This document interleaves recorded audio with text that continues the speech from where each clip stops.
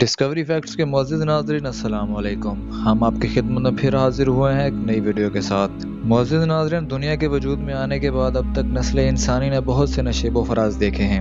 کبھی ناگہانی آفات نے اسے آ گھیرا تو کبھی جان لیوا بیماریوں نے دنیا میں تباہی مچائی، لیکن اپنی فطرت پر عمل کرتے ہوئے انسان بقا کی جنگ لڑتا رہا۔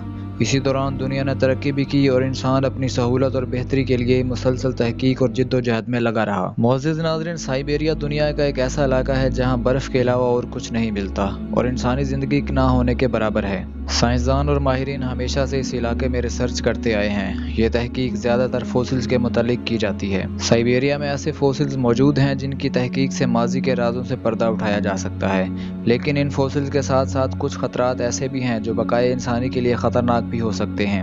معزز ناظرین، آگے بڑھنے سے پہلے اگر آپ ہمارے چینل پر نئے ہیں تو ہمارے چینل کو سبسکرائب کریں اور ساتھ میں موجود گھنٹی کے بیل آئیکن کو لازمی دبائیں تاکہ ہماری نئی آنے والی ویڈیو آپ تک بآسانی پہنچ سکے۔ ماہرین نے گزشتہ دنوں ریسرچ کے دوران سائبیریا کی برف سے 28,000 سال پرانے شیر کے ایک بچے کا فوسل دریافت کیا ہے۔ اس فوسل کی خاص بات یہ ہے کہ یہ اب بھی اپنی اصلی حالت میں موجود ہے۔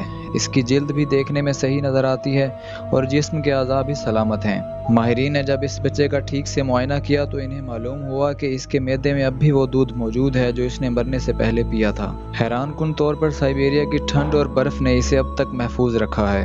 سائبیریا میں سائنسدانوں کو 50,000 سال پرانے رائنوسور کی فوسلز بھی ملے ہیں۔ ایک بھیڑیے کا سر بھی دریافت کیا گیا ہے جو تقریباً 32,000 سال پرانا ہے۔ ان فوسل سے یہ جاننے میں مدد مل سکتی ہے کہ ہزاروں سال قبل یہ کس قسم کی آب و ہوا میں زندہ رہتے تھے اور کیا کھاتے تھے۔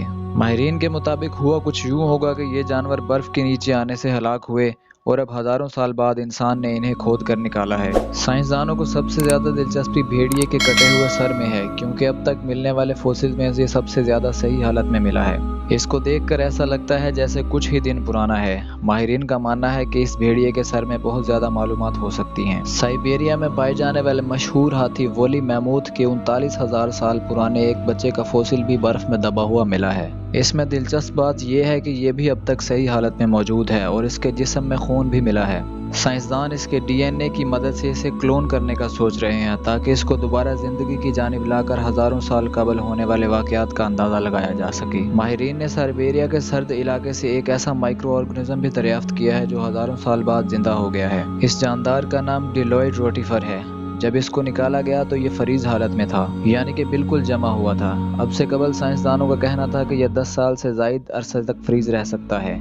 جدید تحقیق کے مطابق ماہرین کا ماننا ہے کہ روٹیفر ہزاروں سال بعد بھی زندہ ہو سکتا ہے۔ جب روٹیفر کا فوسل نکالا گیا تو یہ خود بخود زندہ ہو گیا اور اس کے مشاہدے سے معلوم ہوا کہ یہ 24,000 سال پرانا روٹیفر تھا۔ سائبیریا میں صرف جانوروں اور مائکرو آرگنزم کے فوسلز ہی نہیں تلاش کیے جا رہے بلکہ انسانوں کے فوسلز بھی دریافت ہو رہے ہیں۔ سائبیریا سے ملنے والا انسانی فوسل ایک بچے کا ہے اور اس میں سائنسدانوں کی دلچسپی کی وجہ یہ بھی ہے کہ اس بچے کا فوسل ایسی حالت میں ملا ہے جیسے اسے کسی نے ابھی بٹھایا ہو۔ اس طرح کے فوسل جہاں عقل انسانی کو حیران کر رہے ہیں وہیں یہ خطرناک بھی ثابت ہو سکتے ہیں، کیونکہ ان فوسل کے ساتھ وہ بیماریاں بھی زمین سے باہر آ سکتی ہیں جنہوں نے ہزاروں سال پہلے ان انسانوں اور جانوروں کا خاتمہ کیا تھا۔ اس کی سب سے بڑی دلیل روٹیفر کا دوبارہ زندہ ہونا ہے۔ معزز ناظرین، اگر یہ 24,000 سال بعد زندہ ہو سکتا ہے تو اور بھی بہت سے نظر آنے والے جاندار دوبارہ زندہ ہو سکتے ہیں جو بقائے انسانی کے لیے خطرناک ثابت ہو سکتے ہیں۔